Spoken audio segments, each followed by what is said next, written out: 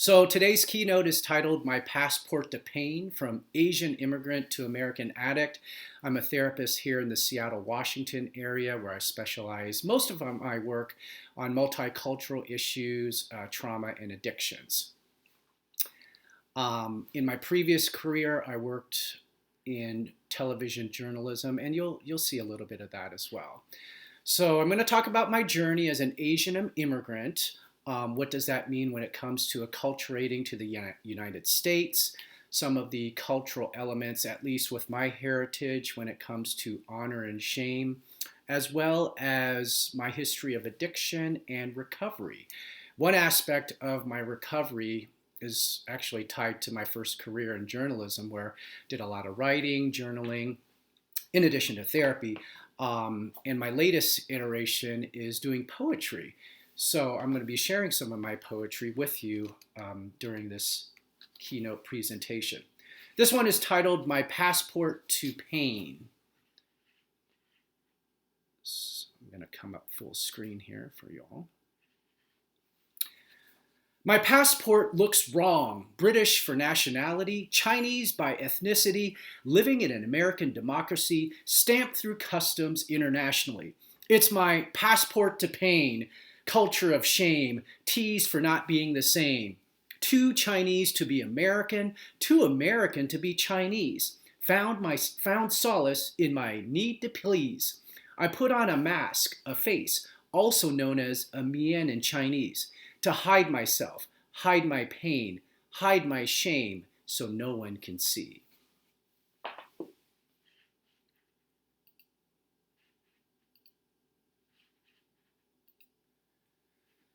So in that short spoken word poem, you can probably get a sense of some of the tension and some of the challenges that I had to go through. And what I'm going to do is go back in time. I am a Chinese immigrant from Hong Kong, first generation. If any of you have ever been to Hong Kong, it's hot and humid. That's all I can recall.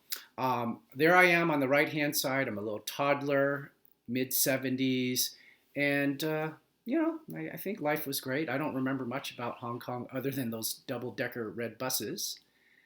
Here's a picture of me and my dad at a beach in Hong Kong. My dad, on the left-hand side, he started working very young. He was the oldest of 7, and it was kind of required of him to go off to work. So I think right around 7th or 8th grade, he dropped out of school and started working in kitchens, and eventually moved up to this day where he's a chef. Here's a picture of my parents in Hong Kong, my parents' wedding picture. Parents with my mom wearing a traditional Chinese wedding gown at their reception. And so shortly after they got married, they had me, I'm the oldest, my 2 younger brothers, and they decided, hey, it's best to move to America. Well, actually, my dad was sponsored by a restaurant here in the Seattle area to be in charge of the kitchen. And so he was sponsored, and along we came for the ride.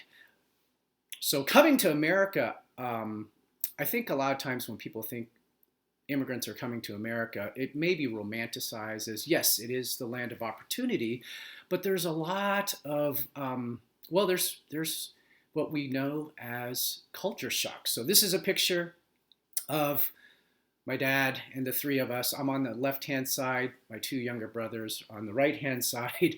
I think my mom says that this was his passport picture. I don't know how all 3 of us are in the same picture. I'm not sure, but that kind of exemplifies the shock. So part of that shock is coming to America where there's a language and communication barrier.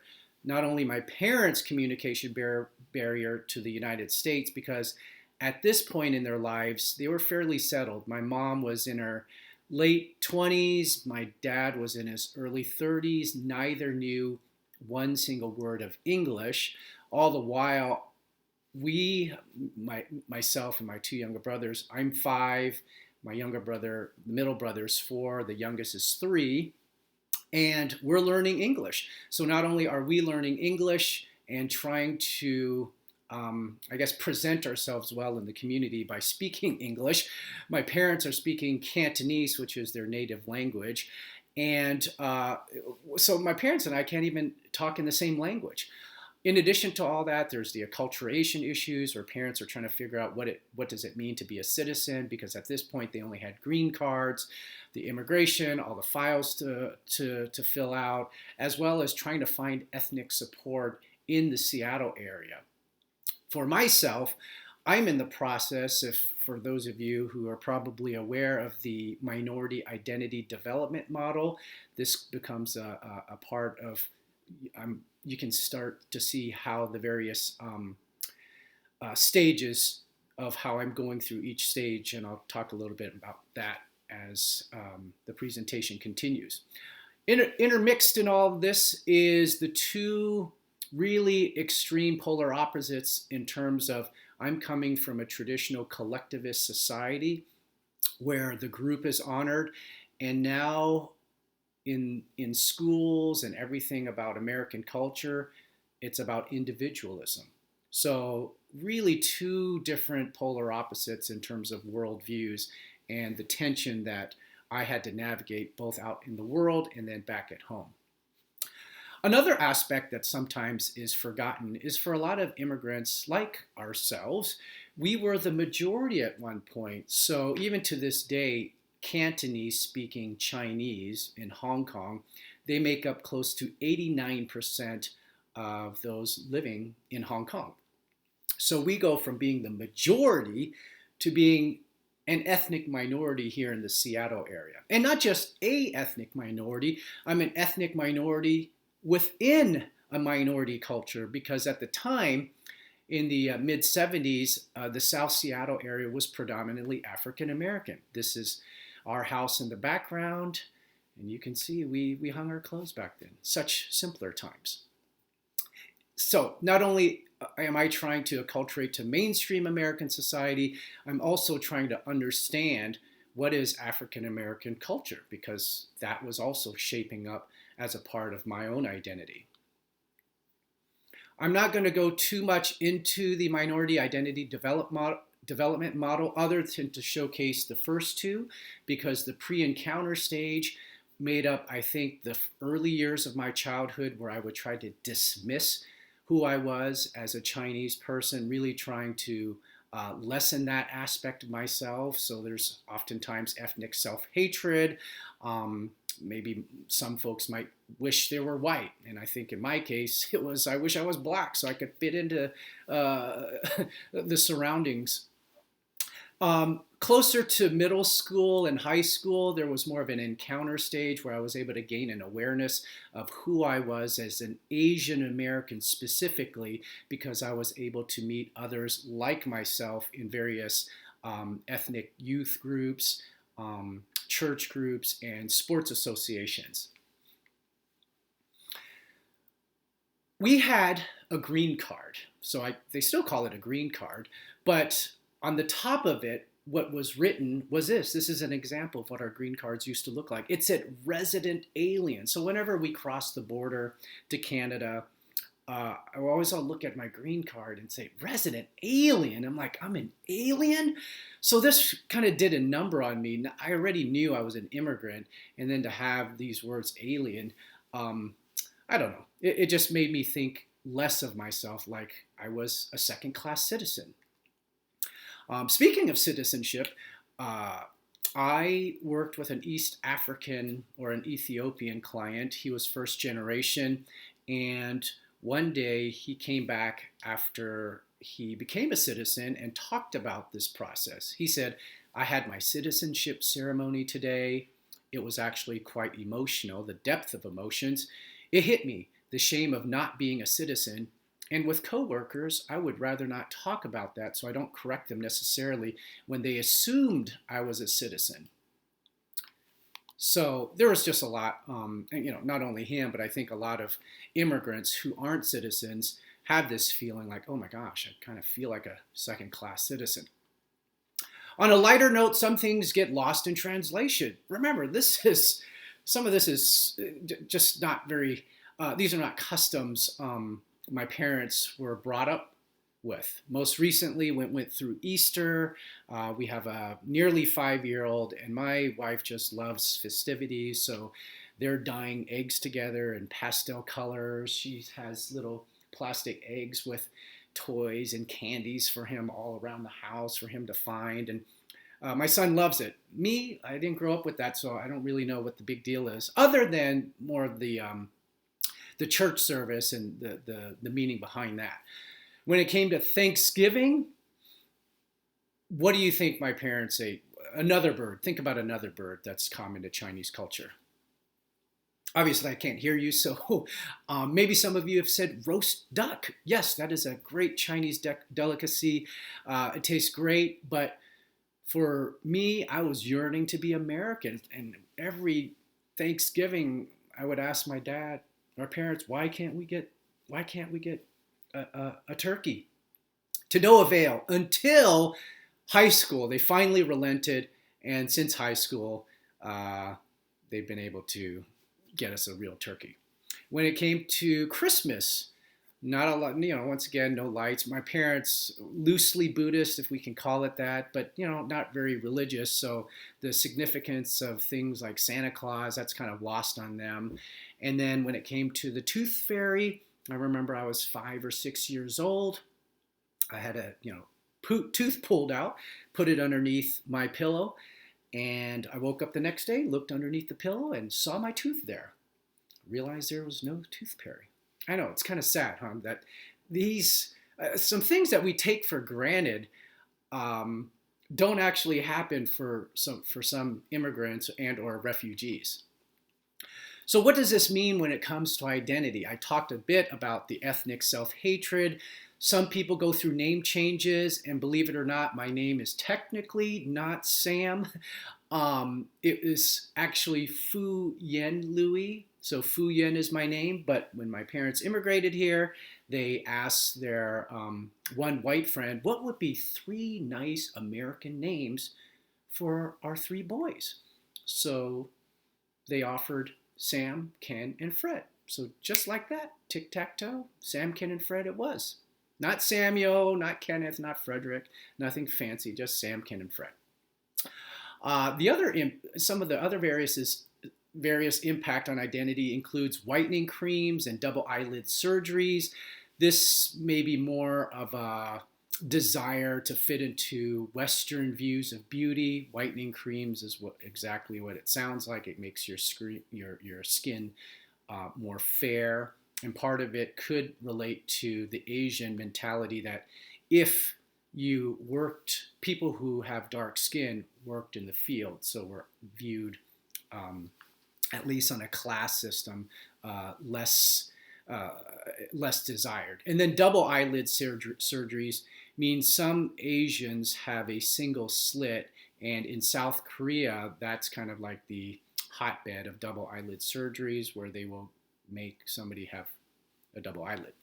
Talked already about the customs and how I may denigrate or really minimize who I am culturally.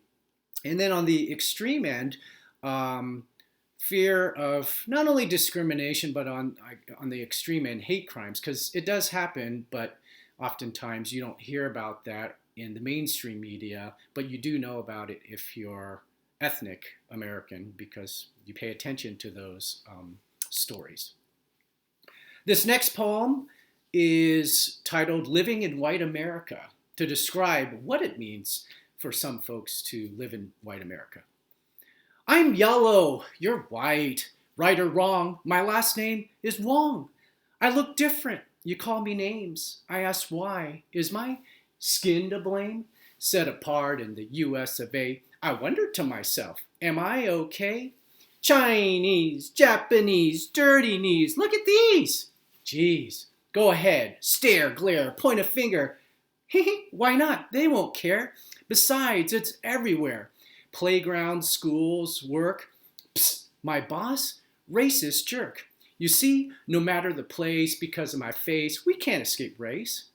We try to fit in, become citizens, Speak English. Eat Kentucky Fried Chicken.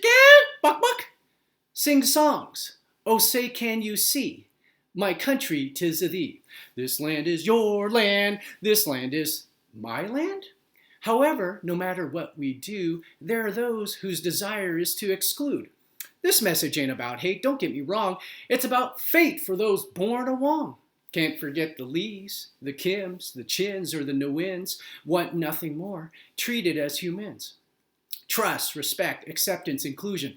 Are we asking too much to forego exclusion? There's a song from the 80s, oh I remember, that encapsulates what I so treasure. I'm only human, of flesh and blood I'm made, born to make mistakes. Doesn't mean living here in this place.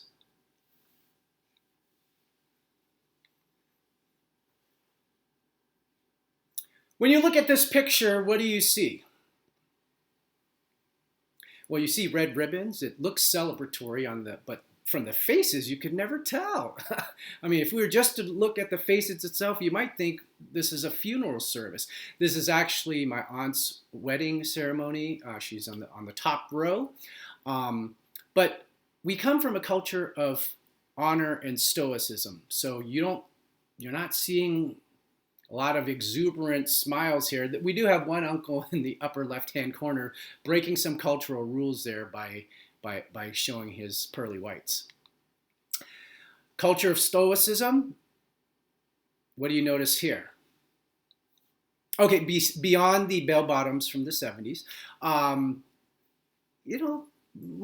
mom and I, we're standing close, but there's no touching. There's no real physical touch. That's just wasn't allowed in our family, or at least implicitly.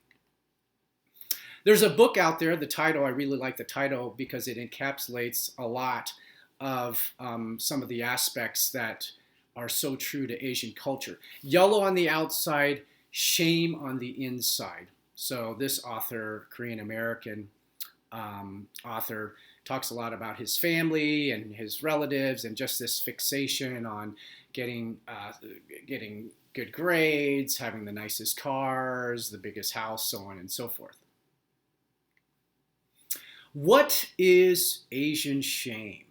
So in this picture, there's a little girl that says, I got you a gift. And the maternal figure says, why you waste money? That kind of signifies a little bit of what happens. The little girl's trying to do something nice, but she's getting shamed for it. Partly because Asian cultures are rooted in practicality. So I know from my own experience, I did buy my mom some flowers for her birthday, Mother's Day, or something like that. And she says, it was something similar. Why are you wasting money? This is not a good use of your resources. On a more serious note, shame-based cultures, what exactly is it? Many East Asian and Middle Eastern cultures are predicated on shame. You may hear that term honor societies, kind of a similar vein, where the goal is to preserve a family or culture's sense of honor, because if you do anything that dishonors it, it would be seen as losing face. You would be losing the prestige, the support, the affirmation of your primary group, and in some instances, it could even lead to death. Collectivist cultures, it's about the group mentality, group harmony, where family rules. And family rules in more ways than one. Some of it relates to relational rules. Here are a few. When you talk to somebody, you address them by their title instead of their names. So an example is my dad. None of my uncles call my dad by his first name. Instead, they call him Dai Go, which means oldest brother. And then, the second uncle would be the second oldest uncle. So that's how you address people by name, at least in the Chinese culture. There's also the hierarchy, so obviously you got to pay attention to who's older, who's younger, and then some of them can be very non-verbal, like bowing or handshaking. There are certain protocols on how you're supposed to do it, depending on hierarchy, gender, so on and so forth. And if you do or say or disrupt any of these dynamics, you could be shaming not only yourself, shaming the other person, and or your lineage. So I'm going to play you a short little video about the complicated Chinese family that relates to how people relate to each other when it comes to the relating by their title. I'm going to turn off my AirPods so you can hear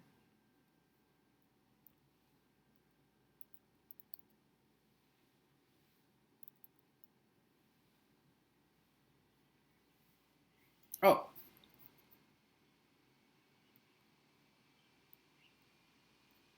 Let me see here.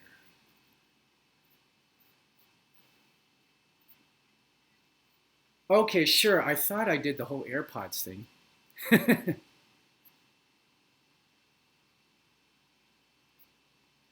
Let me do this. If I do this on the AirPods, can you hear this?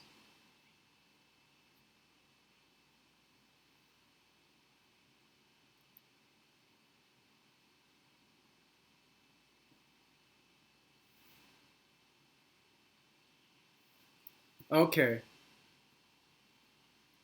Okay, great.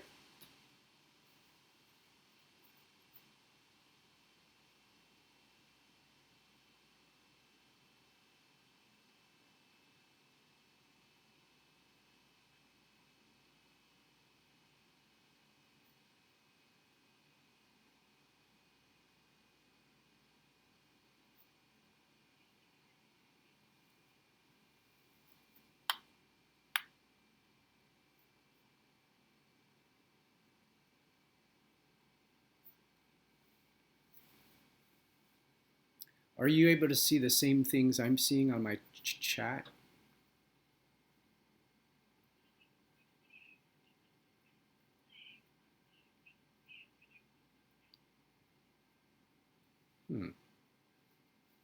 Let me see what else I can do.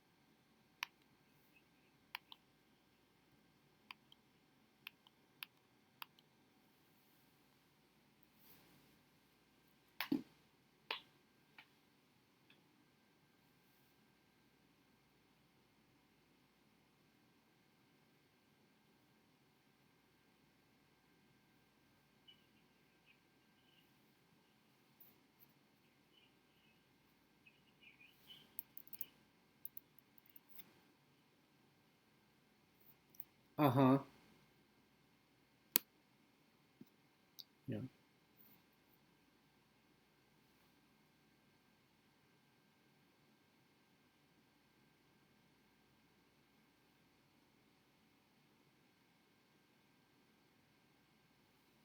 Hey, I'm going to Can China. you hear this? Oh, If I that's play it great. on my computer? Well, On my I'm going to phone? go visit all my relatives in my village. Okay, do you know what to call them? Yeah, like, Want me to uncles, do that? aunts, brothers, sisters, the usual. Ha! Let me Okay. show you the Okay, this is only about a minute clip, so, but it's funny. Hey, I'm going to China again. Oh, that's great. What are you doing? Well, I'm going to go visit all my relatives in my village. Okay, do you know what to call them? Yeah, like, uncles, aunts, brothers, sisters, the usual. Ha! Let me show you the Chinese family tree. So here's you. We all know the basics. Your mom is your mama, your dad is your baba, your older brother is Gogo, your older sister is Jie, your younger sister is Mei Mei, your younger brother is Didi. His dad, your grandpa, is Ye, his mom, your grandma, is Nai Nai. His older brother is your Bo, his older brother's wife is your Bo Niang, his younger brother is your Shu Shu, his younger brother's wife is your Shen Shen. His older sister is your Guma, his older sister's husband is your Gu Zhang. His younger sister is your Gu Gu, his younger sister's husband is again your Gu Zhang. But wait, they have kids too. So your cousins on your dad's side, your uncle's son who is older than you is your 堂兄, your uncle's son who is younger than you is your 堂弟, and if your uncle's son has a wife, then is your 堂嫂. Your uncle's daughter who is older than you is your 堂姐, younger than you is your 堂妹. But if it's your aunt's son who is older than you, then is your 姑表哥. Your aunt's son who is younger than you is your 姑表弟. Your aunt's daughter who is older than you is your 姑表姐, and your aunt's daughter who is younger than you is your 姑表妹. Now, to your mom's side. Her mom, your grandma, is your 婆婆. Her dad, your grandpa, is your 公公. If she has siblings, her brother is your 舅舅. Her older sister is your 姨妈. Her younger sister is your 阿姨. And in your mom's side, whether it's her older or younger brother, they are both called 舅舅. Your uncle's wife is your 舅母. Your auntie's husband is your 姨丈. Wait, they also have kids. So they lost me after the first couple. Beyond my parents and my uncles and my brothers, I kind of get lost. So you can just imagine just how complicated, right? But how much reverence there is for the family, for their titles, and this reverence extends beyond just the family. Because when you mix in religions, folk religions, superstitions, there's so much emphasis on the family lineage that it can't be overemphasized. There's a lot of veneration of ancestors, so when you shame yourself, you are viewed as shaming your lineage, both those who are alive and those who are deceased. As you can see from that video, there's a proper filial order that you must follow in terms of at least how you address people, let alone in how you actually talk to them, the conversations that can be had or not had. And one particular piece, a lot of folks, so Confucianism isn't technically a religion, more of a philosophy, but Confucius believed that independence was seen as self-centeredness and as the root of evil. Everything related to independence, autonomy, individuality. So you can start to notice how different this is from Western, European, and or American values and virtues. Confucius lived right around 500 BC, and he says, what is the proper attitude to parents? Confucius is asked. Never disobey, he replies. He is asked again, never disobey. So obedience is very high on at least Confucius philosophy and how that has passed down through the generations. Talked a bit about the virtues of Confucianism based on a system of harmonious subordinate relationships, no interest in individual rights. Everything's about the common good, the communal obligation, social harmony above all else. Here's a quote, Chinese proverb that describes this distinction. No matter how big, one beam cannot support a house.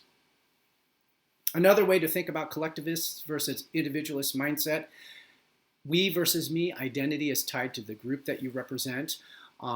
Everything is about honoring the family.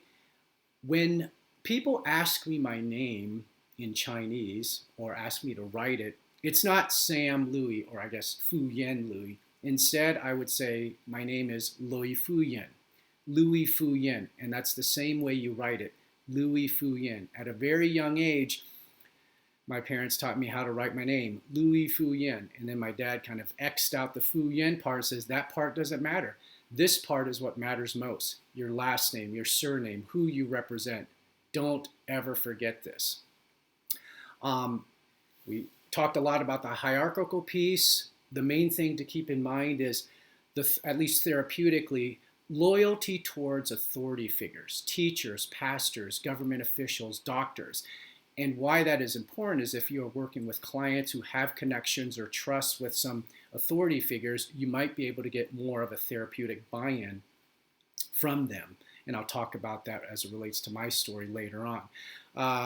Not only are Asian families very hierarchical, there's also a patriarchal system. It's starting to shed a bit, but still boys are revered over girls, given certain privileges. And then the oldest son still retains this certain, I guess, extra level of attention.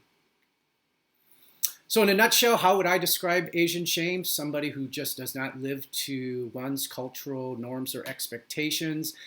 In some cases, it could lead to being disowned by your family and or ostracized by your Asian community. Just as much as native Alaskans have more than 100 words to describe snow and ice, in the Chinese culture, there are 113 terms to describe shame. Here are a couple that caught my eye. So ashamed, the ancestors of 8 generations will feel it. A person lives by face as much as a tree lives by bark, and as much as a light bulb is covered with glass. Even a devil would be scared of one who doesn't want to maintain his or her face. So all of this stressing the importance of maintaining your face and having a good standing, at least publicly. Here's a poem to describe such that. Asian honor. We do everything to escape from shame, do anything to deliver honor. Honor to ourselves, honor to our family, honor to our culture. Yes, even honor to our dead ancestors. To do so, we hide our true selves, hide our imperfections, hide our emotions, revealing nothing to no one. Sometimes you will get shamed as a way to keep you in line. This picture was back in the mid-19th century. You might think they did something horrendous to be shamed like this, right? Did they murder? Is this murder? Well, what exactly is this? It's gambling. Some sort of caught doing some gambling. So nothing of a major offense, but enough so that the Chinese community felt it was important to shame them in this way. Infidelities, I apologize, the picture's not the best. So the two who are caught having an affair are publicly broadcast in front of the community so all can see. More recently, in 2006, China had a parade of prostitutes where they took those caught in a prostitution ring, walked them down the streets for all to see, listing their hometowns. Another way to shame somebody, so-and-so's from such and such village. But what's peculiar is what is not being shown, right? Who is not here? Who should possibly be here, right? The Johns, the ones who are also complicit in this. On a lighter note, you can be shamed for not visiting your elderly parents, at least in some parts of China. In Shanghai, they will put your face on a community signboard, and the government will actually crack down on you, or allegedly will, and imprison adult children for up to 5 years who don't support or care for their parents. In America, we have this phrase of deadbeat parents, right? But I guess this might be one of deadbeat children, adult children. How about jaywalking? We do it all the time out here, but you better not do it in parts of China, more specifically Shanghai, because Big Brother is watching you. They'll take a picture of you. They'll broadcast it on all the various TV screens. A researcher wrote this: it doesn't matter if you're walking or riding a bicycle, your picture will be captured and your face will show up on a screen nearby so everyone can see your face. Once they identify your face, all your information, like your phone number, will also be linked to it. So, how do you save face? 3 main areas. You can remain silent, but as we know, if you perpetuate this, it perpetuates a culture of silence where people suffer in silence. You could die by suicide. That has been something that's been viewed as culturally appropriate. Or you can languish in addictions and or other mental health issues. Silence. This is one thing that is very common among Asians because of the cultural priority of silence. The nail that sticks up gets hammered down. That's a Japanese proverb. Those who know do not speak. Those who speak do not know. Lao Tzu, 6th century Chinese philosopher. Very different. Once I came to America, they're asking me from first grade, who knows this answer? Raise your hand, raise your hand. Speak up, but raise your hand first so I can call on you. The squeaky wheel gets the grease. Speech is civilization itself. The word, even the most contradictory word, preserves contact. It is silence which isolates. Makes me think about politics, or American politics. Right? You can contradict yourself, and that's still commendable. As it relates to mental health, it can be seen as a character flaw, having mental health issues or getting help. So the need to address these issues are often viewed very negatively, that you just can't handle it. And so the impact is a lot of this remains hidden. Suicide, Korea and Japan at one point ranked in the top 3. I don't think much has changed, but suicide for centuries has been viewed as an honorable way for atoning one's actions. When you think of it, this is from the book With Respect to the Japanese. Suicide in Japan is often misunderstood in America. It is the ultimate means of taking responsibility for having brought shame to one's group. The most personal act is, in Japan, still an act that expresses a supreme concern for what others think. It goes all the way back to the samurais, right? The Bushido Code, where it's honor unto death. Duty, respect, filial piety, loyalty, obedience. You see how some of these values coincide with the Confucius values and the collectivist values? Seppuku, this is how a disgraced samurai could not only regain his honor, but the honor of his family as well, by impaling himself with a sword. More recently, think about World War II and the Japanese kamikaze pilots.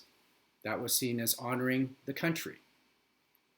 And to this day, silence is very prevalent. This is an article, a BBC interview from a Japanese psychologist. There are not many ways to express anger or frustration in Japan. This is a rule-oriented society. Young people are molded to fit in a very small box. They have no ways to express their feelings, but there is, and some feel the only way out is to die if you have enough pressure. So how does all of this collide?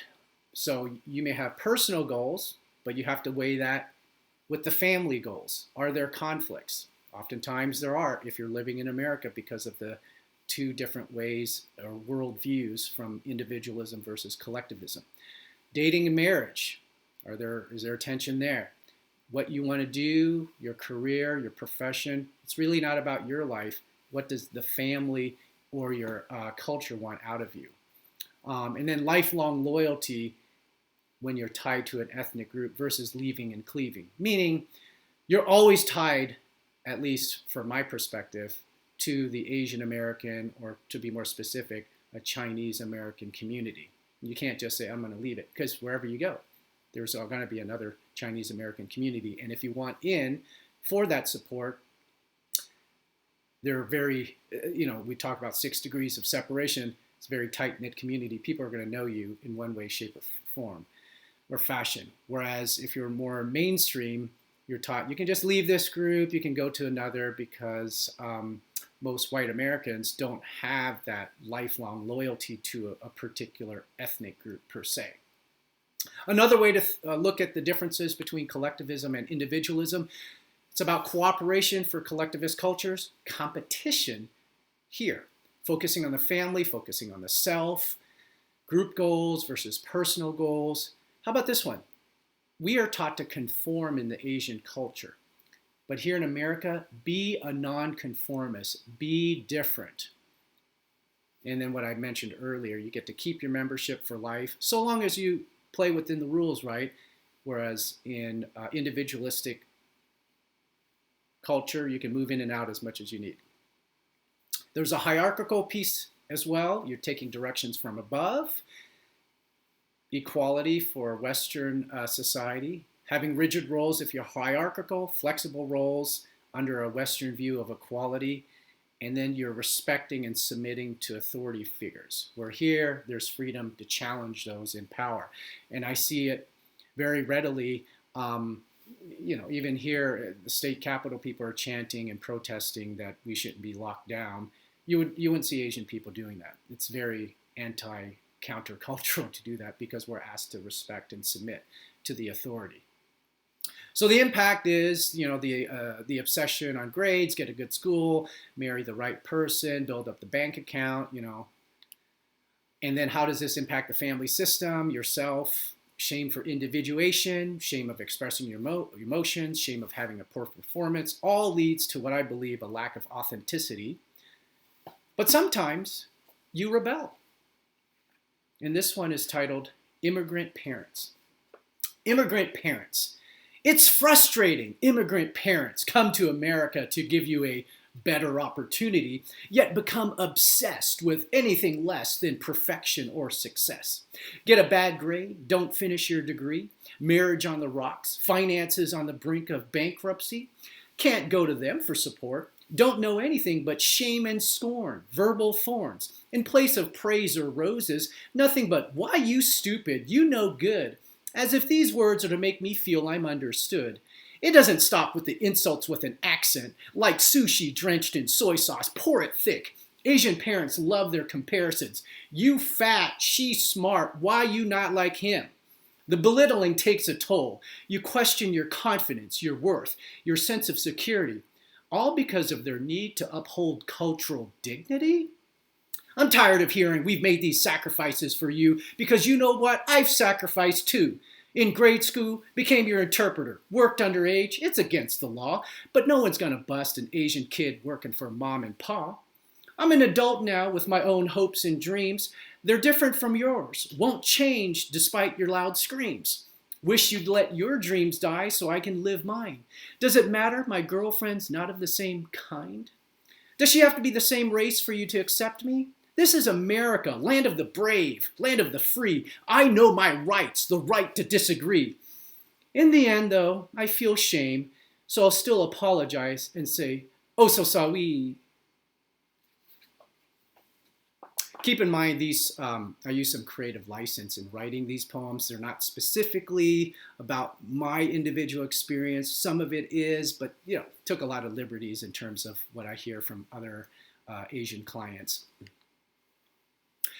So my addiction, where did this all started?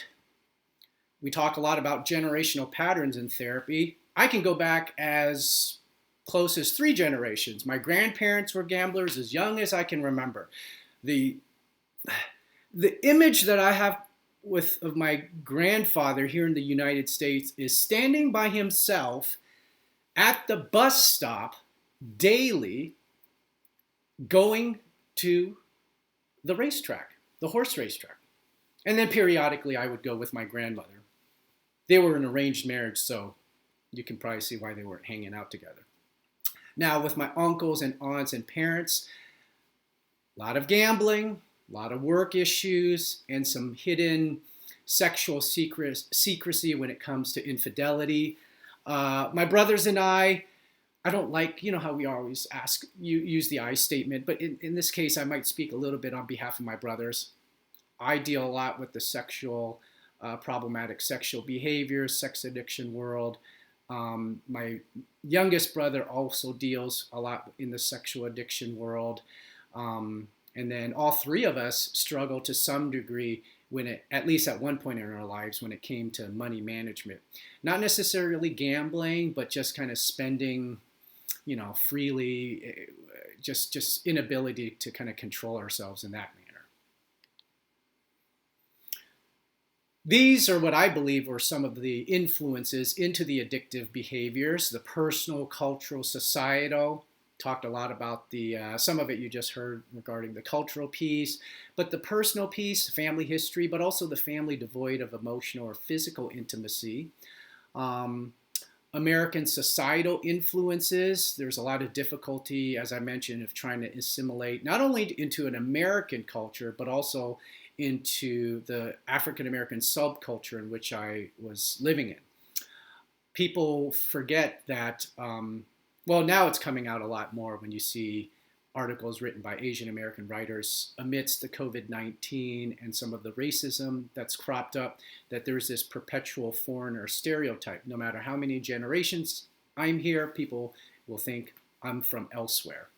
So it's always this sense of I'm never American enough. And then on the cultural end, I'm never good enough for my Asian culture. And to add extra, another extra piece, or maybe it's the lack of a piece, is the lack of Asian representation in mass media, movies. It's gained somewhat in past 2 decades, but growing up, there was nobody who looked like me on TV or in entertainment. Or if they were typecast as kind of the buffoon or a very sinister villain. Some in the mental health field view addiction as one of cultural homelessness. And what I mean by that, some Native American elders believe that many substance abuse problems within their culture are related to those who have lost a sense of who they are culturally. The highest rates of addiction found in those who closely identified more with non-Native American values, meaning they gobbled up wholesale mainstream white values and dismissed their own. Those who had the lowest rates were able to assimilate both aspects, right? They're able to be bicultural, comfortable in both worlds. And I think I'm, finally getting there. It's taken about 50 years. Once upon a childhood, I was a latchkey kid. And some of you may be familiar with that term. If you're a younger therapist, what it meant was kids in the 80s were kind of off and about, running around, moms and dads not really doing a lot of supervision. Latchkey, here's the key, meaning there's the key to come home when you're ready. And that was pretty much my experience. So this one's latchkey kids. Abandoned, latchkey kids, lonely at home, like an orphan left alone, seeking solace, lacking peace, finding comfort beneath the sheets. Sex, booze, a shot of coke to pass the time, all a means to cope from my loneliness, my sense of rejection. What it's done, though, is hinder my direction in finding my Father who art in heaven, waiting to adopt me, love me, not admonish me, instead cherishing me like the father of the prodigal son, never alone, just waiting on me to return home. The latter half speaks a bit more to my spiritual journey, but the first half really identified with my sense of isolation growing up as a latchkey kid. So once upon a childhood continued, this is what the behaviors look like. Endless hours of television. I sometimes once in a while, my wife thinks it's crazy, but I go back and listen to all these 1980s television theme songs because it brings some sadness, but for whatever reason, I think it's therapeutic too. Played a lot of basketball, even if that means playing basketball on a Seattle wet, wintry day by myself as a way to escape the lack of intimacy at home. Drowned myself in music, video games. When I say shopping catalogs, back then a store would mail you these large catalogs that you would look through, and they would have little boxes like A5, oh, that's a bicycle with this or that. And I just remember spending hours just looking through all the pages and fantasizing about what it would be to have that particular toy. Because we did grow up low, I guess, I won't say poverty, but we all, we qualified for free food. So we were kind of living right there. We were poor. I'll just acknowledge that piece. So those were my early years, and here's what the addiction looked like through the years thereafter, beyond all the video games and fantasy and music and shopping and so forth. Once I got out of high school and college and started working, this is when, especially in college, a lot of casual hookups, no sense of emotional intimacy, really fearful to be in a real relationship because of being found wanting / lacking in some way. So it was always me who ended up ending the relationship first because I was worried they were going to eventually reject me and end the relationship. Part and parcel were some of these distorted beliefs.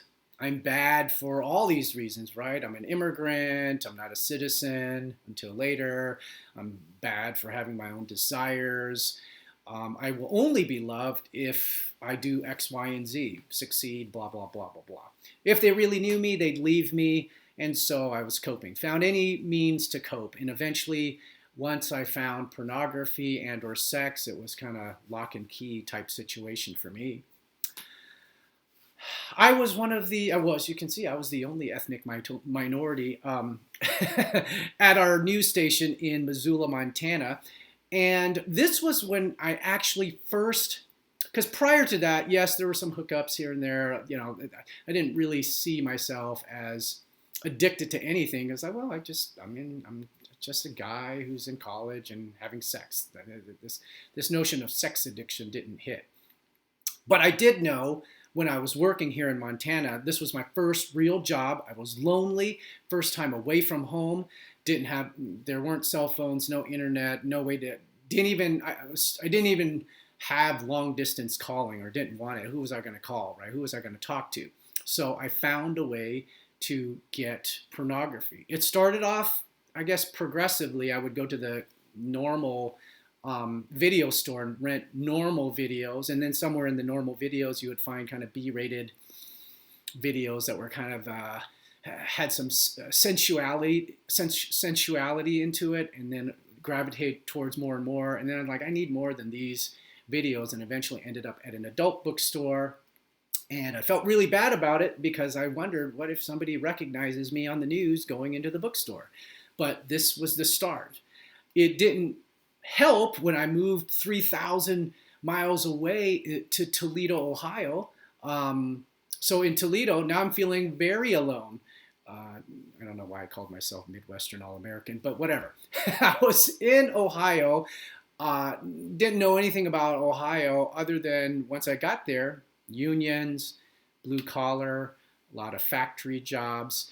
And while I never experienced outright racism, I did notice people just not used to seeing an Asian person out there in Ohio. But I just continued to drown myself. So now I would go to clubs, try to pick up on women, or be in, once again, casual relationships. But somehow along the way, I met a Korean American woman, and I eventually got married. That's not my wife, that's my mom. So me in the middle, my mom, my dad, and my two brothers flanking me. Got married, moved to Los Angeles. But one interesting thing, had premarital counseling then, and there was a little bit of like understanding of pornography, at least acknowledgement on my end, because can't remember if it was pastor or psychologist at the church or affiliated with the church asked us, is there anything we should know about you that might be problematic? And the pornography came out, and this was a little weird because he said, well, I think he just needs to do more porn and get it out of his system. Just get it out. In my mind, I was like, okay, let's do more porn. And then I was continuing to do it, and I just did it with my now wife unaware. And eventually I moved to Los Angeles, which is the media capital of the world, or felt that way. I'm on the left-hand side there, we're covering a fire. I mean, Los Angeles was very exciting as a news reporter. You could be on the red carpet one day. You could be interviewing, like I remember interviewing Will Smith. You could be downtown Los Angeles another day doing a report about homelessness.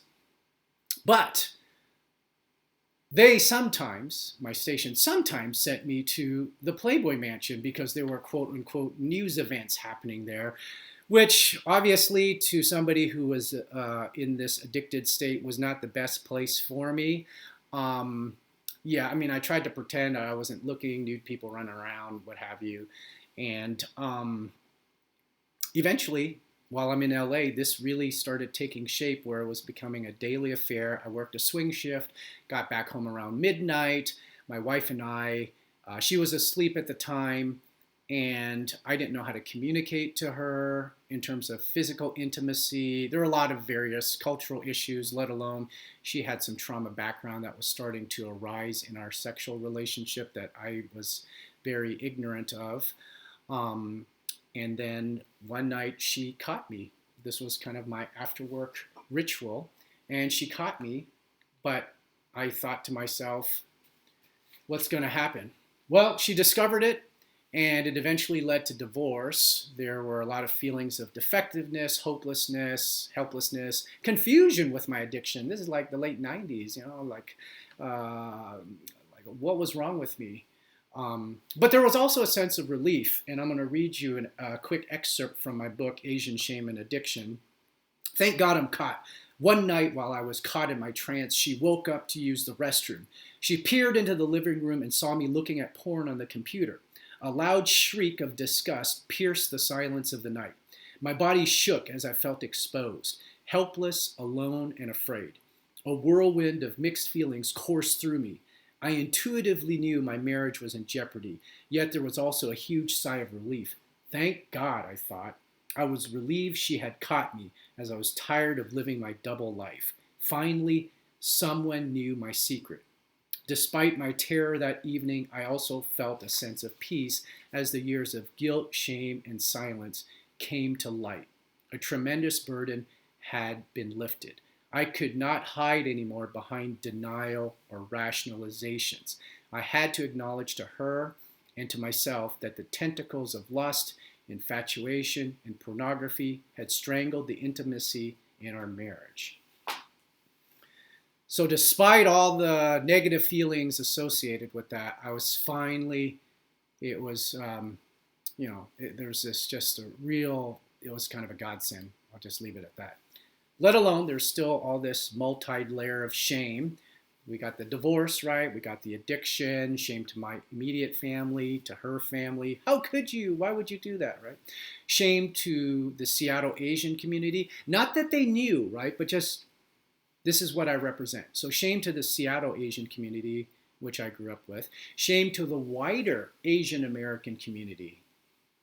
I don't think unless you're a recent Irish or German immigrant, if you have German roots dating back so many centuries and you're doing something shameful, I'm not sure if you're wondering, gosh, am I shaming my German heritage? So that's how deeply at least the cultural shame runs through me. The spiritual shame, right? I belong to an Asian American church. God must hate me. And then the shame of recovery. Who goes to recovery, right? But the recovery piece, I will say, the reason why I even got into recovery in the first place was my pastor was third generation Chinese American. He would talk from the pulpit about him and his wife going to marriage counseling because it was helpful. And when I talked to him and he knew about my story, he said, Sam, I really believe if you could find your way to see a therapist, it would really greatly help you. And it was because of somebody who I trusted, right, an authority figure. It's like no matter how much shame I was enduring, because I respected him so much, I was willing to give therapy a try. Shame, what it is. Shame, what it is. Unlike guilt, makes your soul wilt. Unlike guilt, shame focuses on blame. Your experience, pain. No repentance, no contrition, no sincere abolition. All about condemnation. You ask yourself, would you leave me if you knew me? Would you scold me? Or would you hold me while I shake uncontrollably? Shame, a cycle of pain, ruptures and fissures. Grace, there's no space. Instead, a race to hide, not to confide, keeping secrets, keeping pain, being broken, being shamed, disgracing your nation, facing temptation, experiencing alienation, cultures clashing, teeth gnashing, self-bashing. Shame, what it is.